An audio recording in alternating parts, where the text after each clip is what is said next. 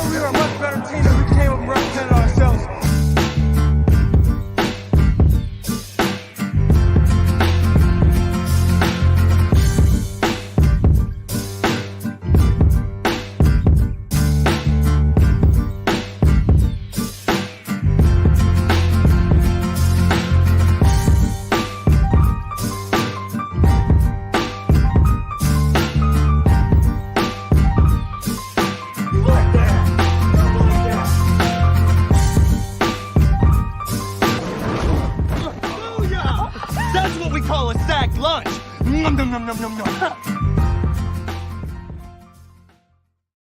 Good morning, Sac City. Welcome in to another edition of the Sac City Podcast. Well, it's actually the Fantasy Drive presented by the Sac City Podcast. Welcome in, everybody. It is a beautiful October 4th morning here in the city. The Fantasy Drive is about to kick off. I have an OG here. Well, an OG with me. Back in the day, me and this guy used to throw it back and tear it down like nobody's business. He is your boy, AJ Johnson, joining us here today on this beautiful Fantasy Drive show. AJ, how goes it? It goes. My heart's pumping. Not nervous. I'm excited. It's great to be back. It's new up here. Let's put it that way. It's new up here. I've been getting used to my surroundings and trying to get my mental right up here. It's hard in the north. Your ears pop more often, so there's not more room for anything else. Going over these hills, the ears pop quite a lot more. That's the thing. That is a surefire thing right there, that the ears pop just a little bit more over here going over these mountains. Well, we've got a great show ahead of us. We are going to be diving in and recapping the Monday Night Football game between the Los Angeles Rams and the San Francisco 49ers. We've also got a great fantasy show ahead of us. We are going to be breaking down the winners, the losers, and quite a lot of injuries this past week. So we're going to talk about some of the notable players filling in and what that impact does for some big names, including names like Kenny Pickett, including names like Teddy Bridgewater coming into Miami. We'll dive into that and so much more. AJ, it doesn't happen often nowadays on the show because it's just not right. But I'm going to load up the music. Before we get into anything, tell the beautiful people where they can follow us at. See if I still got this like I did in the old days. Ladies and gentlemen, welcome in. Good morning. It is at Sac City Pod. And you know where to find us? I'm going to tell you, on Facebook, Twitter, Instagram, YouTube, and TikTok. It's super simple. Go to those websites, put in at Sac City Pod. Hit that like, hit that follow, hit that share. That share button 9 times out of 10, it's that little arrow over to the right. Send it to somebody. Send it to anybody. Send it to everybody because your world needs to know about at Sac City Pod, the best place on the interwebs for your NFL content on Facebook, Twitter, Instagram, YouTube, and TikTok. Good morning, Sac City. Welcome in. Your boys are back in town. There it is. Let's dive into some Monday Night Football here. The Los Angeles Rams fell to the San Francisco 49ers 24-9 on Monday Night Football. Yes, the Rams, again, the offense not showing out. They only scored 9 points on a very good, and I'll give the Niners defense credit. The Niners defense is good. But the Rams were only able to put up 9 points on the road in San Francisco. They lose 24-9 in this game.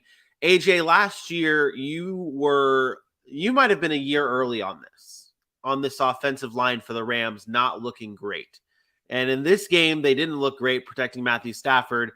They got to the quarterback a lot. They made plays, and it wasn't a good day as a whole from the Rams offense. What are you seeing this year from the Rams that stands out the most to you and why they're not looking good? Yeah, this offense just doesn't seem like it can get creative enough to get the ball out in time. I mean, this is a makeshift offensive line. You mentioned it's not as potent as it used to be. And, they got a lot of injuries up there, but that's no excuse. I mean, we've seen them overcome things like this before. And last night, the San Francisco 49ers gave them no time to do anything. 7 sacks is ridiculous. That pocket was just collapsing all night. There's no run game that can be efficient enough. Cam Akers and Darrell Henderson aren't getting through the tackles or getting downfield enough, which makes it very easy to hone in on the passing game. And even last night, your passing game, as normal, was Cooper Kupp and Tyler Higbee and nobody else. Allen Robinson isn't able to get going. We haven't seen he was able to make things happen on his attempts. When Cooper Kupp has a career high 14 receptions because he's being targeted 18 times and nobody else can get anything going, well, it's not going to go well on even a middle of the pack defense, let alone probably a top 5 defense in the San Francisco 49ers. And the 49ers defense for the Rams is basically red kryptonite. They can't do anything for them. They get the Los Angeles Rams angry. They're fighting on the field. Their best tackle might have been on a streaker last night, if I'm not mistaken. So it's real tough for them, man. San Francisco at this point, that defense is looking really great. They've allowed less than 20 points in all 4 games this season now. And if that keeps trending, this is going to be a team that will be well past 2-2 in a while. Yeah, this team could be right back in the NFC Championship game if this season progresses the way it's been going for the Niners. Jimmy G obviously comes in and replaces Trey Lance earlier on in the season. Now he's got a few games under his belt. How would you rate Jimmy G's performance, not only in this game but from what you've seen as a whole from him this season? It's funny, for any other team against the Rams and being a game that you need to get acclimated in would be scary. But for the 49ers, it's going to be great for Jimmy G because this is what they do. Against the Rams, they play quite well. He's 7-0 now against the Rams in his career in regular season games. I give it a B plus really. And it's not because this game is right up Jimmy G's alley. This is what he's supposed to do. What they wanted Trey Lance for was to take all those deep shots down the field, to do the spectacular. What you have Jimmy G for is to not make mistakes, to manage the game, and to get the plays done correctly. It's finding Deebo Samuel quickly so he can make things happen. You see him throw the ball for 5 yards. Deebo Samuel does the rest for a 57-yard touchdown. You see him creatively find ways to get the ball to Brandon Ayuk. And while he could have had a much bigger day, he still did his part of his job. He would have had a great touchdown to George Kittle in the back of the end zone, except for a couple feet or a couple inches of a toe tap being out of bounds. So last night, Jimmy G was in there. As the San Francisco 49ers, you had no worries. You knew he was going to play his role, and he did it in Jimmy G fashion. They came out with the win. He didn't make many mistakes, and he took his team and led them to victory with the spectacular showing of a Deebo Samuel and of Jeff Wilson Jr., who also ran pretty well, despite losing not only Trent Williams, but their backup left tackle as well. They found the lanes up in the middle, and Kyle Juszczyk did his thing as a lead blocker a few times and let Jeff Wilson break free. That's my guy right there. That's the guy who ended up in a worthless DFS play that I had last night. Kyle Juszczyk was one of my stars. So that's Kyle confident. He's always guaranteed just some type of work that'll make you say, why is Kyle Juszczyk touching the ball? But then you realize, oh shit, it's Kyle Juszczyk. That's not just no normal fullback. That's the best fullback in the league. Man, that pass, that wheel route he ran on the right side coming out of half was a thing of beauty. I mean, I honestly had to look and I was like, what tight end is that? I hope it's not Kittle. I'm playing Kittle. And lo and behold, it's Kyle Juszczyk. And you're just like, damn, that man was moving, putting bodies on the ground. That is probably to this day one of the most prolific fullbacks or important fullbacks in the NFL. Yeah, and another player that's important on that offense is Deebo Samuel. Is he the most... Oh, man. I'm trying to find the word for it. I think Deebo Samuel might be the most special player in terms of like the impact of the offense in the entire NFL. Would you agree with that? Because, I mean, he's a Swiss Army knife. He can do everything. And you take Deebo Samuel out of this offense, and I'm not sure how this offense is looking. That part I can agree with. If you take him out of this offense and you have Jimmy G back there, now you've got some issues because there's not enough creativity. There's not really an X factor. George Kittle wouldn't be able to do it all by himself without having guys like this. But he is incredibly hard to plan for because he's now one of those guys that they line up everywhere. I think if you saw the Monday night graphic, he's lined up at the outside left 46 times, the outside right 47 times. He's lined up in the slot 6 or 7 times on both sides. He's lined up at the tight end position. He's lined up in the backfield. You never understand where to be to stop a Deebo Samuel, which creates mismatch problems all over the field. And when you finally put a guy on it who you think, all right, that guy has a good shot on Deebo Samuel, well, one of two things is going to happen. They're going to go somebody else and beat you that way. Or two, Deebo Samuel is going to get the ball in a creative fashion and then make the yards after the catch. And as you can see, it is very hard to bring him down. As short as he is, that man is stout down low. When you make Jalen Ramsey bounce off your tree trunks, that's saying something about the strength that you have. So he is incredibly hard to plan for. when he's healthy, he's one of the best receivers, one of the best players in the NFL, and that's why I went to bat for him all last season, and will continue to do so until he's injured. Yeah, he's something special. He is something special for this game. So when we dive into the specifics of this game, what were your takeaways as a whole from either side of the ball, 49ers or Rams? What was your biggest takeaway from this game? I don't think it's time to panic on the Rams. No, you're not supposed to look like this against a division rival. But once again, this has been that trend. It's kind of like the Jacksonville Jaguars and the Colts. It's just what happens. The Colts always lose. The Rams seem to always lose against the 49ers. They're a good team. Sean McVay's a good coach. They're going to get it together. We're hoping some of those pieces, and when I say we, just NFL fans, I'm not a Rams fan, hoping some of those pieces in the offensive line get right, get healthy. And I don't think we should be labeling Super Bowl hangover on the Rams yet. We talked about some of their mishaps last season. We saw what they were able to do when it really mattered. So I think they're going to get it going. I think you look at this game and, they were exposed in some places and some things that need to be fixed. I believe Sean McVay and Matt Stafford will get that right.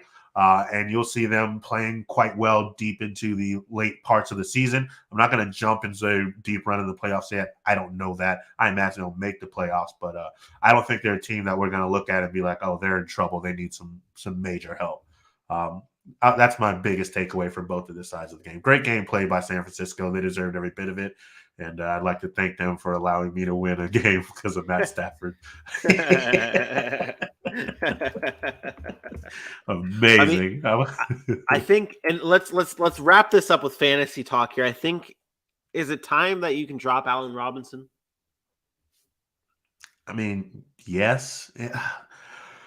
In my opinion, he's just not doing enough. I'm not sure he's getting the looks you want either. And that's really when it comes down to it. And if you are getting the looks and they're coming so slow because you're making all this hoopla about a Cooper Kupp, I mean, when you're getting 6 and 5 targets and you're only catching 2 of them in the last 2 weeks, it's showing you're not being able to capitalize. Now, is that because he's not getting the opportunity enough? Is the ball coming to him way too late and he's not prepared, which is a piss poor excuse, obviously. But I think there's better options out there. And he's one of those players that look like if you drop Allen Robinson, and there's a good chance if you found a reason to need him again, he'd still be there for you to pick him up. Yeah. I think it's 4 weeks in. There's probably some better options out there. Shit, Skronek may be the guy you want to pick up on the Rams. Hey man, Benny Skro, he is. I don't know what to do with this this offense. It's Cooper Kupp, Tyler Higbee's productive, and then there's there's just a whole bunch of inconsistency. And I think at this point, Allen Robinson might be one of those candidates for a drop because I saw something last night that I haven't seen. And I'm you guys know me. I'm a big Allen Robinson supporter. I have been a big Allen Robinson guy, thinking that this would have been a clear bounce back year for Allen Robinson. And something I saw from him last night was a play in the end zone with Matthew Stafford throwing it to him. He was on one-on-one coverage with a corner. I can't remember what corner. It was good coverage. It was very tight, but the ball was thrown up in the air. And I've seen Allen Robinson make this play many of times before. And it was a thrown up ball, and it was a little high, but Allen Robinson's a big body receiver, and that's why you go get it. So it was at the left corner of the end zone, and it obviously wasn't caught, but I thought it was a more catchable ball than what was led on to be. And I've seen Allen Robinson go up and make that play before, and it just didn't seem like he was all there. It didn't seem like he was. I don't know, just something looked off. Normally, I feel like an Allen Robinson would be more aggressive on that ball. I thought he could have been. Who am I to say? I've never played wide receiver a day in my life. I've never, let alone played in the NFL. So maybe I'm wrong about that, but just something's not right with Allen Robinson. And if you could find if you could sell low, or if you can trade him for pennies on the dollar, that would be great.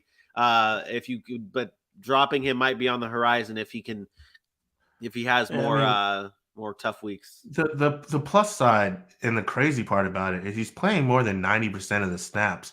And I mean, last night he saw his most targets at 6, and in the nicest way to me, that was out of desperation, just to find some type of offense other than Cooper Kupp and Tyler Higbee. But even at that spell, again, he's caught 2 targets He's got 2 receptions last week, the week before, 1 reception week 1. Week 2 was his best when he caught 4 and a touchdown. His yards per target, all except that week 2, 1.17 yards per target last night, 4.6 yards per target the week before. So even when he's getting the opportunity, unless he can become a yak monster, I mean, it's not really garnering much either. So part of that makes me worry a little bit on what even Allen Robinson will be able to do if they really find a way to get him in this. And God forbid OBJ finds his way back sooner than week 10 and decides to come back to the Rams, because then honestly, he's going to be whittled out faster than Benny Scruggs. So yeah. I got some OBJ news coming up for that. That might be the perfect segue. AJ, I'm gonna actually give this one to you, and you can start off with OBJ. But do you know the OBJ news, right? You aware of this? Okay, good. So we're gonna get into our morning headline. Ladies and gentlemen, can I please have your attention? And I need all of you to stop what you're doing and listen. AJ, it is time for the morning headlines. Give it to us. Ladies and gentlemen, Odell Beckham Jr., we have a sighting. Some people might have been talking about him being in Bahamas chilling and rehabbing, and that might be true.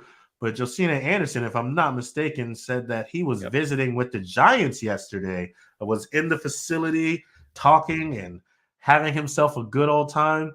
Now, does that mean he's going back to New York? I'm not so sure. There's a lot of love left in that LA Rams team, one that he left the Super Bowl with. But there's a lot of love with New York for Odell Beckham Jr. as well, a team that he got to start with, a team he made his name with, a city that he embraced. And although it wasn't beautiful on the way out, his words have been the same every place he's gone. The NFL is a business. And for OBJ, that is exactly how he treats it. Sometimes it's not about what he wants. It's about what's best for him and his future. And if the Giants, who might be needing some wide receiver help with Sterling Shepard going down, Kadarius Toney never being a factor, Wan'Dale Robinson taking a while to come in and even still being a rookie, and Kenny G never really materializing, it might be a place that he can go back and get to be a number 1 again. And despite how great he's been as a teammate in the recent years, OBJ still believes he's a number 1 receiver and still has a talent to show he might be able to. So it does remain to be seen what will happen with that. I don't know that he makes a decision until he's actually able to come in and play. But as of now, the words are he was seen in the New York Giants organization for a quote-unquote visit. I am not buying this at all. Like I believe Josina Anderson for reporting that the news about OBJ, but I'm not buying that he returns to the Giants. Like I don't see the upside. Yeah, there's nothing in, like, the only thing that OBJ is going to get out of that is being the number 1 wide receiver on a team that has no one else to throw to. And that's not to disrespect Richie James and maybe Wan'Dale Robinson when he comes back. But OBJ would be the number 1, but he would be in the same position that got him frustrated and angry and mad before, where he had Baker Mayfield throwing to him, which he complained about, and then he had Eli Manning throwing to him, which he wasn't crazy about the New York media, and it was just a mess. So it just doesn't seem like it seems like OBJ is best fit in a situation where there's a quarterback and an offense that can support him. And I'm not sure you can get that in New York again. But the headlines would be huge. Nuts. Yeah. If OBJ returned to New York. What's some other headlines for us? The Denver Broncos are signing Latavius Murray from the practice squad of the New Orleans Saints. Good on him for getting some run in that game with Alvin Kamara out, because now that the Broncos are going to be missing a Devonte Williams for the season, they're going to need some help with Melvin Gordon fumbling every day. Latavius Murray, no, he's not in his prime, but he's still proven to be a serviceable enough back. He can still work the goal lines quite well. So the Broncos are bringing him in to give some help to Melvin Gordon in that run game, as they are going to need it, because they're just now starting to see something of an offense with Russell Wilson, and that was one game against the Texans, if I'm not mistaken. So let's not go crazy here. Yeah, this what a day, what a 24 hours for Melvin Gordon. He goes from getting the work in London, and then comes back and is like, oh well, you know what, I'm the shit now. And then also on the Broncos side, you are not going to be anything with Melvin Gordon. Yeah. And who's their other running back? Mike Boone. Mike Boone. We're not doing this, Denver. And that's exactly what Denver's doing here. They're like, okay, we've got a team the offense has not been performing as good as we want them to. And just like One Nation Underground says, Denver just snatched them up. That's what happened. No questions asked. No questions asked. That's what happened. They needed him. But good stuff. That's it for the morning headlines, though. Not too heavy of a day when it comes to morning headlines. But you know how it is on Tuesday morning. The injuries get a little heavy.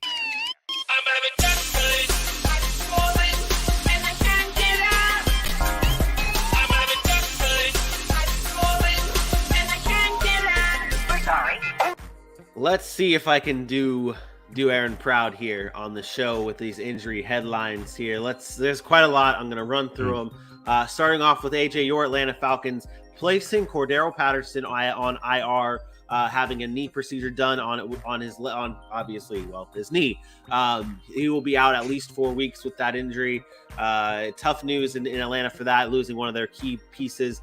Look out for Tyler Algier and Caleb Huntley on the waiver wire. We will be releasing on our YouTube Aaron's top 5 waiver claims of the week, so check that out when you get a chance. Another news, Tua Tagovailoa. It's been a huge story going on in the NFL with the concussion protocol and the changes that have been made. But when we talk about the person of Tua Tagovailoa, he will be out for the Dolphins game against the New York Jets this coming week. They have also brought in Ben DiNucci and Jake Fromm to work out as possibly their backup quarterbacks or quarterbacks on the depth chart, I should say. So no Tua against the Jets on Sunday. We've also got Treylon Burks ending up on the IR. No surgery on his little turf toe that he's got going on, but Treylon Burks could be landing on the IR shortly with that injury to his foot. Not a great start, honestly, to Treylon Burks' career. And I've been very down on him, and this is just another woe to Treylon Burks' career. But he might not land on IR, but he's definitely going to miss some time. So Tennessee, watch out. You're not going to be without your A.J. Brown replacement. In Broncos news, Javonte, this is huge for everybody. This is huge for fantasy. This is huge for the Broncos. We talked about Latavius Murray coming in. Devonte Williams has suffered a torn ACL and will be out the remainder of the season. A big blow to not just the Denver Broncos, but we're talking fantasy today, and it's a big blow to all of your fantasy teams. You really need to watch our waiver wire video on YouTube because it features a lot of running backs to be able to replace all the running backs that are injured, including Devonte Williams. In other news of the Denver Broncos, Randy Gregory will be undergoing surgery to trim his meniscus just a tad on his injured knee. There's no torn ACL, so that's good news. It won't require anything big, but he is expected to miss at least a couple of weeks, according to Tom Pelissero. Whew. Got a few more here. This is you got this. These injury reports are Here, brutal. Let me help you. All right, good. Okay, there you go. What a great guy. Running back news again. I talked about running backs being on the waiver wire to replace some of the injuries going on. Jonathan Taylor has not been ruled out for Thursday night's matchup against the Denver Broncos, but he will be monitored throughout the week with his ankle injury that he suffered in Sunday's matchup. We talked about it yesterday. I'm not sure if he plays on Thursday, so you need to be prepared. Maybe if Nyheim Hines is out there, I doubt he is. He shouldn't be, but if he is, go get him because Jonathan Taylor might possibly miss Thursday's game. Likely. Yeah, someone who will miss Thursday's game will be Shaq Leonard, though, with a concussion. The Colts will be without him on Thursday. Lewis Seen of Minnesota Vikings safety underwent successful preparatory procedure Sunday on his injured leg that he suffered in the London game on Sunday against the Saints. Underwent the successful procedure. He is staying in London, though, to recover just a little bit before heading back to the States.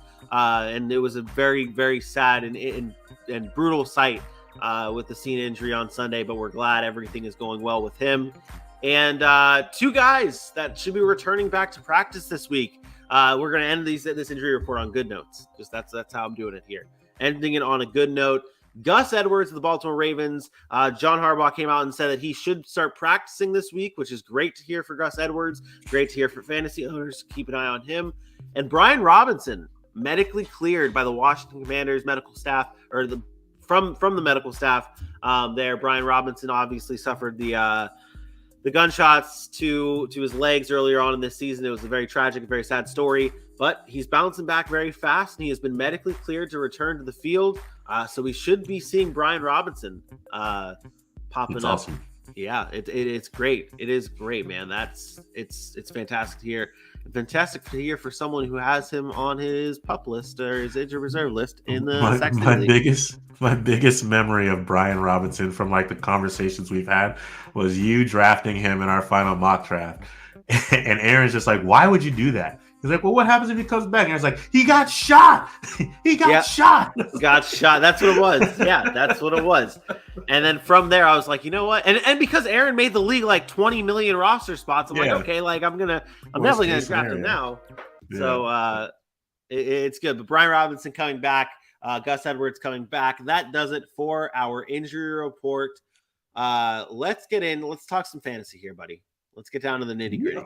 Let's get down to the nitty gritty here and talk some fantasy from week 4. Great action that we saw.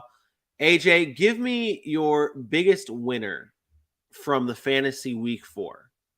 All right. So my fantasy week 4 winner is going to be a name we all know and love, and we're happy to say this. It's Austin Eckler from the Los Angeles Chargers. Finally, we got to see the explosion of the Eckler man that we've been waiting to see. What was it? 13 carries, 60 yards, 2 touchdowns on the ground, 6 or 7 receiving, 49 reception yards, and a receiving touchdown. This, we've been waiting for. Austin Eckler has not had the start to the season we're used to. And on Pickens and Pancakes Sunday, we had a big argument. At least Dylan was so angry that Aaron had the audacity to put Austin Eckler at his 7th spot on his running back rankings. But this is why. The floor itself, he hasn't been less than double digits despite the inefficient start to the season. And the upside, the ceiling is just so high. He came back yesterday with 33.9 fantasy points in most PPR leagues. Being able to get the targets that he's still looking for, he's still never got, I think besides week 1, still 7 or more targets each game, always catching everything thrown his way. And this is what I meant by the offense funneling through him. Even though he's inefficient, he's too important to the offense for it to go another route. And he's did this on less than 60% of the snaps yesterday. That's the only worry you may have for an Austin Eckler was he didn't pay 60% of snaps while they're trying to get some other things going. But the nature of this offense, while Keenan Allen's not there, they are trying to get Mike Williams and Josh Palmer and guys like that a little bit more incorporated. And that has left Austin Eckler a little bit back. But even still, what he's able to do once he's on the field, I think this is just the beginning. I don't think you're going to see him trend backwards. No, I'm not saying he's going to have 34 points again next week, but I definitely look for him to put back up his 20 spots and be in that area moving forward if possible. So week 4 fantasy winner for me, Austin Eckler with a great stat line and helping me to a couple of W's as well. There you go. Austin Eckler is back, baby. And the biggest thing here is Sony Michel didn't play as much as he's been. Only 24% of the snaps yesterday for the Chargers, or on Sunday against Texans for the Chargers. That's the biggest thing is when I saw, at least for the against in the Jaguars game where they got crushed, I was like, why the hell am I seeing Sony Michel so much? Austin Eckler is one of the best running backs in the NFL. Like this should not be happening. Like I don't get why Sony Michel is a thing when you have Austin Eckler. And it was good to see Austin Eckler return to form this past week. Where there's a winner, though, there has to be a loser. AJ, who is your fantasy loser this week? This hurts my heart. This really hurts my heart.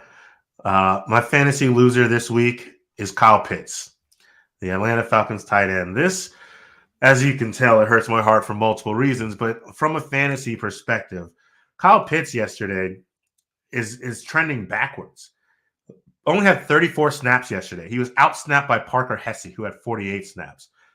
Who? Then in one in one tight end personnel, he played 3 out of a possible 29 snaps, meaning when there's only one tight end, this was not the guy that was on the field. He only ran 12 routes, was only targeted 4 times of those, and unfortunately only 2 of those targets were even catchable, which gave him 1 reception for 25 yards, now catching 25 or fewer pass yards in 3 of his first 4 games, and has still only had 1 touchdown in 21 career games. This is worrisome because Kyle Pitts is an absolute talent. There's no disputing that. We know this. What I don't understand is why there's no connection between a Mariota and a Kyle Pitts. Honestly, I feel like if we would have picked up Ben DiNucci, he would find a connection with Kyle Pitts. He's a matchup nightmare wherever you put him. He's too fast for the tight ends. He's too big for the cornerbacks. Yet we can't find targets to him. And when we do, we're airmailing him.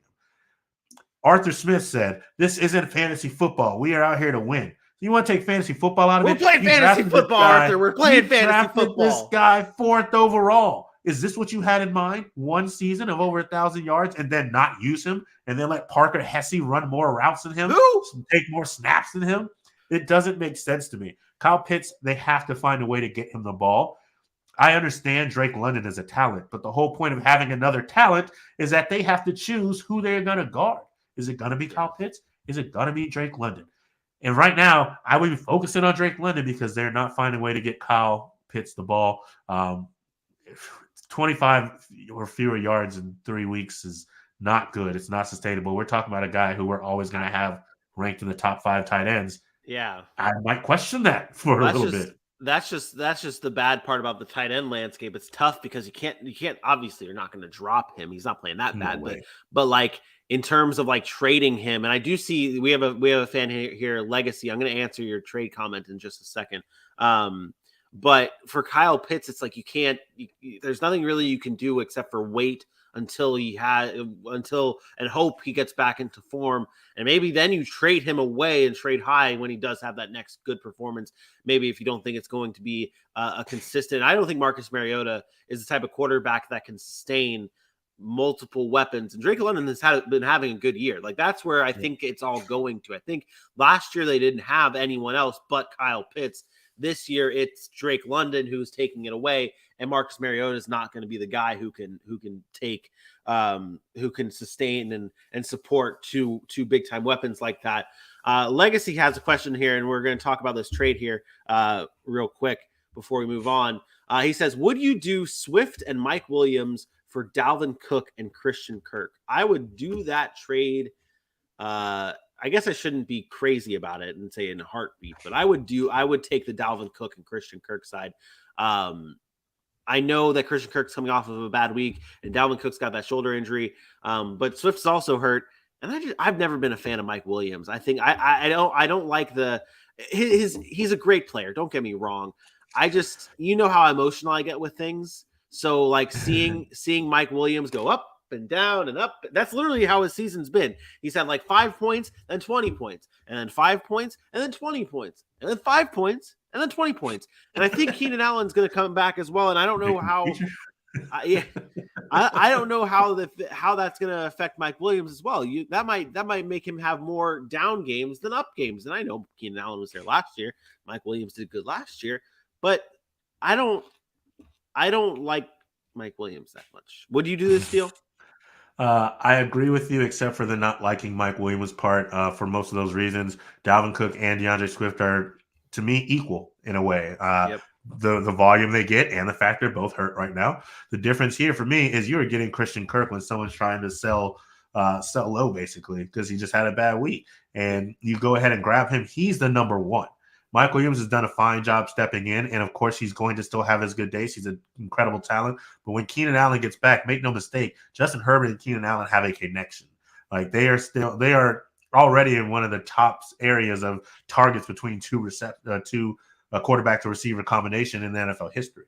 Like, this is something that's not going to stop. So once he comes back, you are still spreading the ball now with Keenan Allen, Mike Williams, Austin Eckler.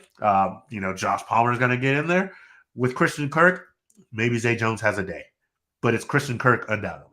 So I would be taking Dalvin Cook and Christian Kirk on that side of the trade for sure. Agreed. There you go. There's your answer. If anyone else has trade advice, we will definitely answer it on the show. And One Nation Underground throws in the Get Ritter in there. He loves throwing to tight ends from his Bearcat days. So, hey, that's what they need to do. The Steelers just did it with Kenny Pickett. Not yet. Can't wait, but not yet. It's time. It's time. We talked about it on Monday's show. If you missed it, we talked about how these teams needed the Titans, the Titans, the Falcons, and the Steelers. Well, the Steelers did it.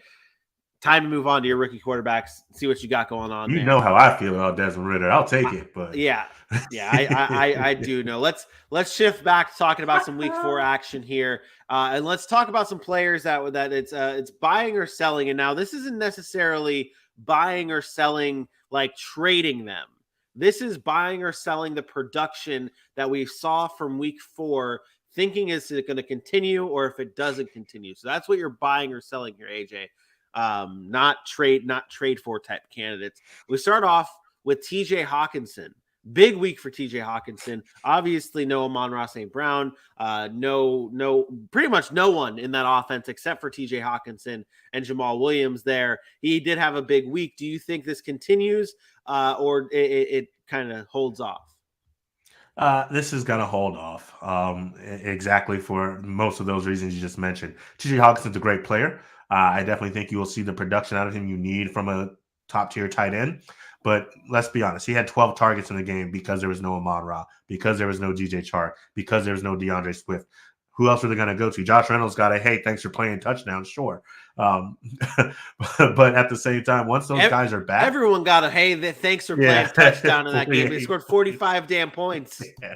Now, I'll say this. Over the next couple of weeks, I do expect TJ Hawkinson to be exploding because they're probably going to hold DeAndre Swift out through their bye week. And who knows what Amon-Ra is going to be. They may do the same thing just with the fact that their bye week is pretty close, get these guys healthy, and then you streak to the end of the season. So while TJ Hawkinson's here for the next couple of weeks, expect him to be above his normal 7 targets that he saw in week 1 and week 2, maybe somewhere in the 8, 9, 10 target range. And if that's the case, he does get the chance to make the best of it. So you got another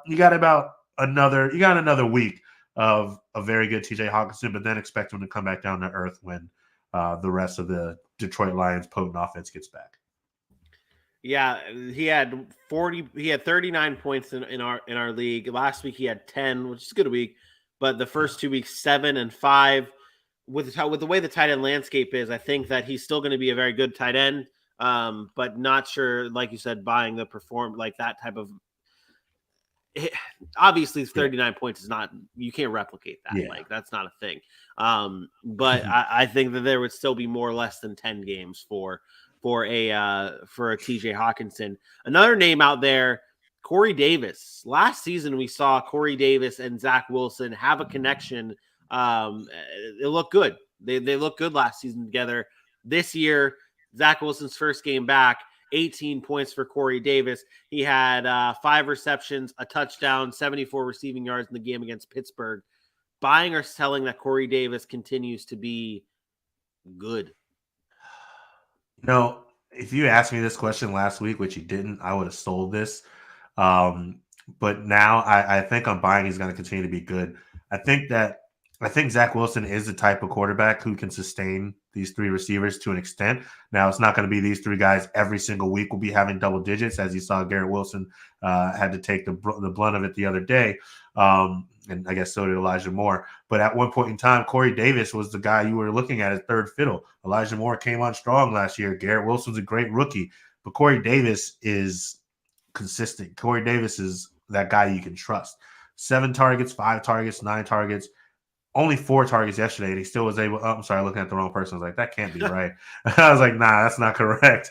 10 targets, 4 targets, 5 targets, and 7 targets. That's more like it in the first 4 weeks. And he's getting a 7 and 5 yards per target and then double-digit targets the other 2 weeks. This is a guy he's been opportunistic. Once he catches the ball, he's finding a way to do something with it. The 2 touchdowns have come in great timing, near the end zone on one, and then a busted coverage on the other, which kind of just worked in his favor. But even still, that's the type of guy you're looking forward to get with. So I know that Zach Wilson wants to find a Corey Davis.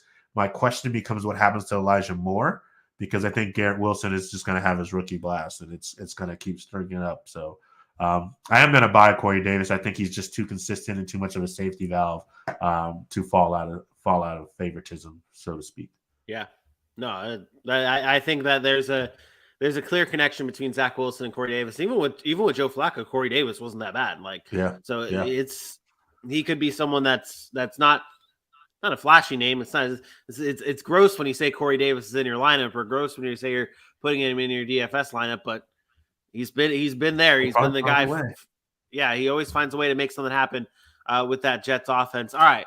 So let's buy or sell. I know there's one player I left off the list I told you we would talk about, but I want to talk about him in this section instead. In this past week, we saw Tua Tagovailoa go down and Teddy Bridgewater come in replace of him. And we also saw Kenny Pickett come in to replace Mitch Trubisky. Starting off with Kenny Pickett, this is huge for that's not an injury. That's not what it's supposed to say. I got to put the right graphic up there. But for Kenny Pickett, though, comes in, replaces Mitch Trubisky. What's the fantasy impact around Kenny Pickett for guys like Deontay Johnson, guys like Najee Harris, guys like George Pickens? I can't forget Pat Freiermuth. What's the fantasy impact of Kenny Pickett on these weapons? I think this is going to be very good for the Steelers offense. Now, one thing we should keep in mind here, yes, we had a very, very small sample size of Kenny Pickett. It was 1/2. But in that 1/2, despite the stat line you're looking at here, the 10 for 13, the 3 interceptions, basically is only 3 incompletions, that offense had life. That offense looked like they were excited to be playing football. Kenny Pickett comes in for 1/2, and immediately he takes shots.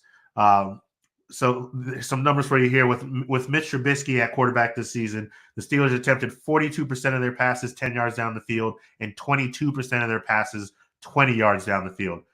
With the second half alone, Kenny Pickett attempted 54% of his passes 10 yards down the field and 31% of his passes 20 yards or more. The reason the San Francisco 49ers got Trey Lance to take shots, to try to be something more than a game manager, is the reason Kenny Pickett is in this offense. To provide a spark, to provide some electricity, to provide opportunity for these big body receivers like a 6'4" Claypool, like a 6'3" George Pickens, to go up and get the ball and do what they do best. You can talk about the interceptions that he threw. Really, one of them I blame him for. The one to Claypool, sure, was in double coverage, but if you look at that ball, it was in the only place that Claypool could catch Claypool's it, and he dropped that. Yeah, he's got to have that. And then the Hail Mary at the end, no big deal. You're trying to make something happen. That's football. The one to Freiermuth on the edge, probably could have just let it go and let the fight another day, but it still was a tip drill. So, and then when it comes to George Pickens, I think he's going to get the best of this. There's been a connection with Pickett and Pickens from the preseason. You look at George Pickens yesterday, 5 passes through the first 3 weeks. Yesterday, he had 6 catches on 8 targets and 102 yards, all obviously career highs.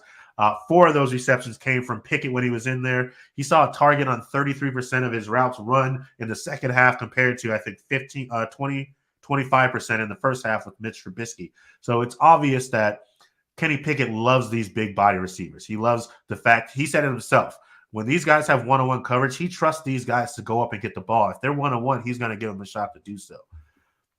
I'm not going to go crazy on what happened with Deontay Johnson because it seemed like he was erased once Kenny Pickett got in there.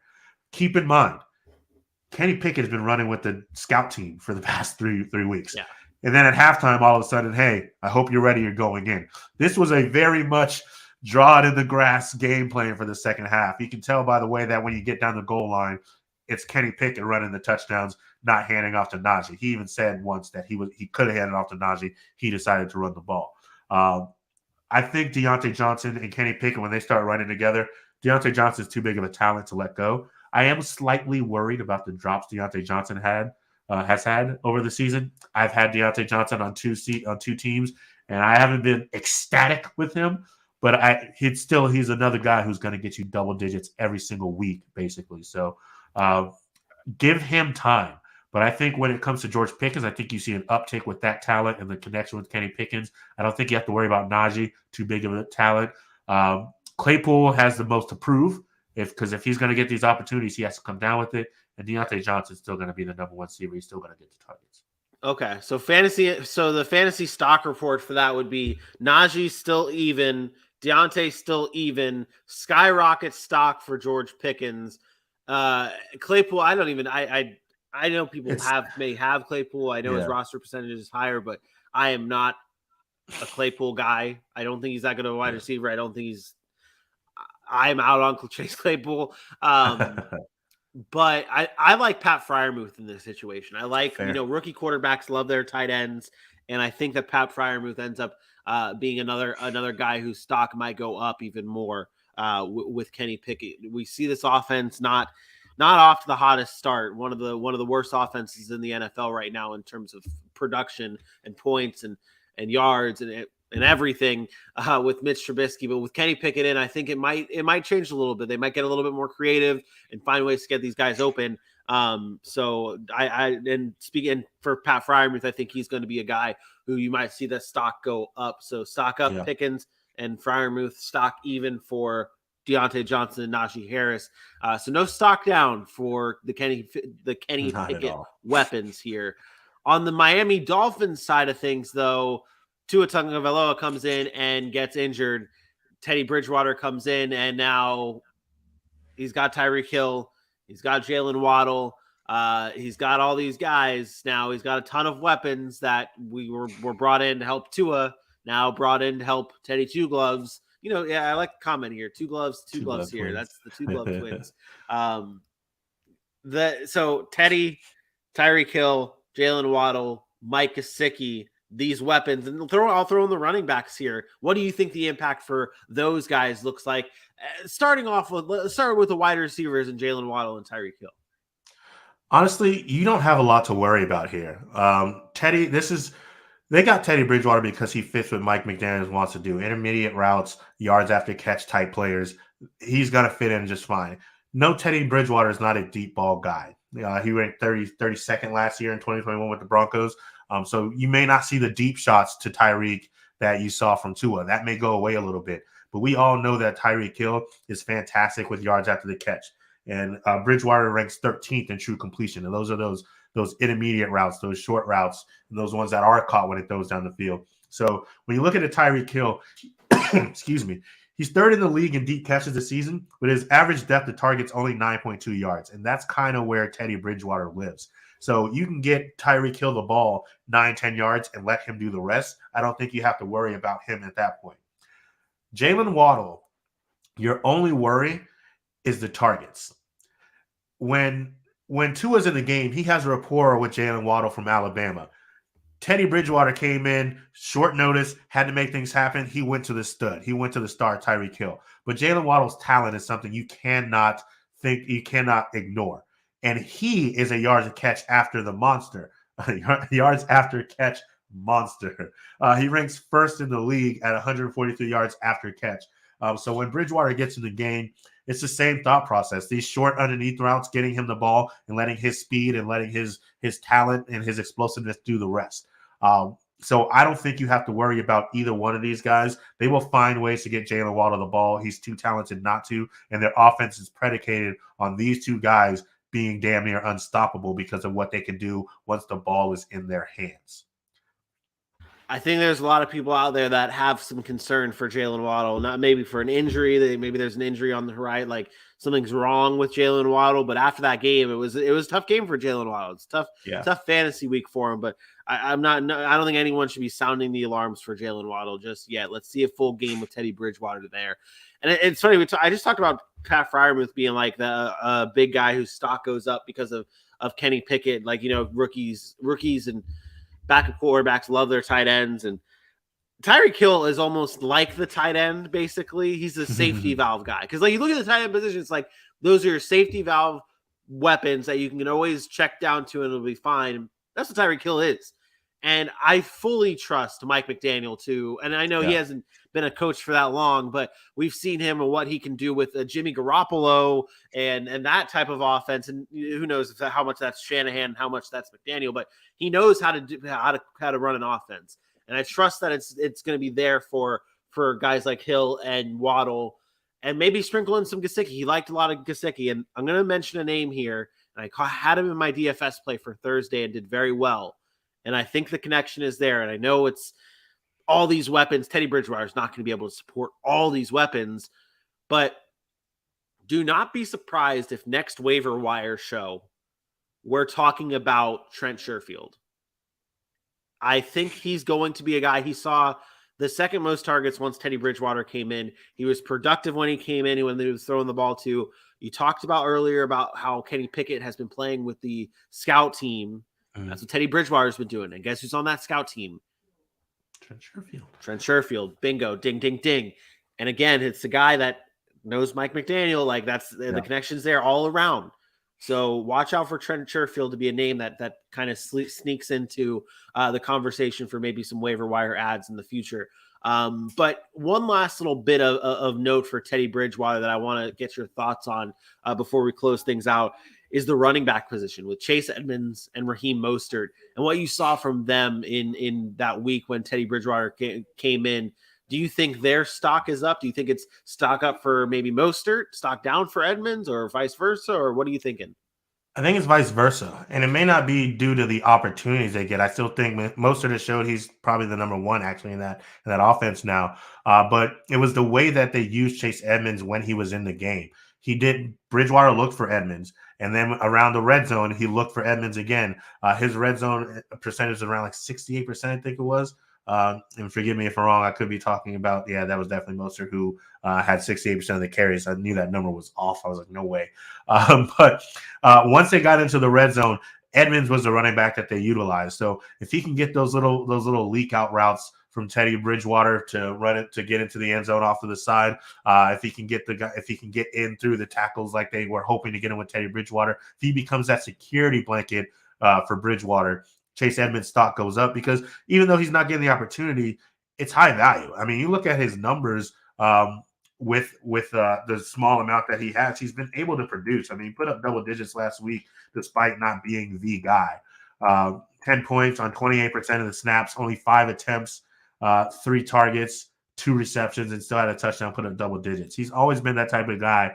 44% of the snaps the week before, 15 fantasy points. So even though he's not in 70, 80% of the snaps, once he's in, he's making the most of his touches, which always baffles me that he's not getting more volume. I mean, but that's the type of guy he is. So I think that his stock may go up, and you'll see Raheem Mostert kind of stay the same. They'll keep using him the way they have and letting him get most of the run. And Teddy Bridgewater can vulture Chase Edmonds can vulture some stuff away. And I'll say this if we're talking about it real quick. I apologize. Super wrong on Chase Edmonds being an RB1. That's not a thing. He is a fringe RB2 in my opinion. Yeah. I think he is a borderline flex, and for Chase Edmonds, I think he's a borderline flex / very low end running back too. I think Mostert's going to have. I think Mostert might be involved a little bit more on this offense than a lot of people expected. Remember when Mostert's healthy. Yeah, he's a good running back. Like when he's on the field, he can be a good running back. He's explosive, and he's a big play machine. Like, and that's what fits the Mike McDaniel's offense. And there's a reason why he came over. Like there's a reason why Raheem Mostert's here. But again, they paid Chase Edmonds, so that's also a thing. And it's not to downplay Chase Edmonds. It's to really build up a Raheem Mostert here, which is crazy to say that we're building up Raheem Mostert, but that's the way we are. That's what we're doing here in week 4. Week 5 week 4 is come and gone though. Week 5 is on the horizon. Sunday we'll be back again for our Pigskins and Pancakes show at 11 a.m. Eastern time, giving you our starts and sits, our rankings, our DFS plays, our streamers, everything you need to know about week 5 fantasy football to win your leagues will be live at 11 a.m. Eastern time on Sunday for Pigskins and Pancakes. AJ, buddy, old pal. Yeah. It's almost time to say adieu, but we're going to do it one last time. Hey. We're gonna do one Speaking last of time. ado, We're gonna bring. how the did back. I do? Fantastic. Let's see if you can close out strong. Let's see how I do it. Ladies and gentlemen, thank you for rocking with the Sac City Pod. And that's exactly where you can find us on Facebook, Twitter, Instagram, YouTube, and TikTok. If you haven't already, you've been in this show damn near an hour. How have you not hit that like? How have you not hit that share? How have you not hit that subscribe button? If you're on YouTube, which you should be, there's a little bell right down there at the bottom right. Go ahead and hit that so you can be notified every time we drop in content, because we do it 24/8, 366. Please, at Sac City Pod on Facebook, Twitter, Instagram, YouTube, and TikTok. Like, share, follow, tell somebody, tell everybody. Your boys are back in town. There it is. There it is. All right. Tomorrow we'll be back live at 10 a.m. Eastern time, breaking down our power rankings for the NFL season. Oh, it's going to be a good one. We might see a new number 1. We might see a new number 2. We might see a new number 3. Who knows? You got to tune in to find out tomorrow live at 10 a.m. Eastern time for our power rankings. We're also previewing the Thursday night matchup between the Indianapolis Colts and the Denver Broncos. All that and so much more on tomorrow's show. Don't miss out. AJ, it was good to have you back. It's good to have you back more often in the coming days. So we'll see you again this week. But for your boy AJ Johnson, I am me. We will see you tomorrow. Holla!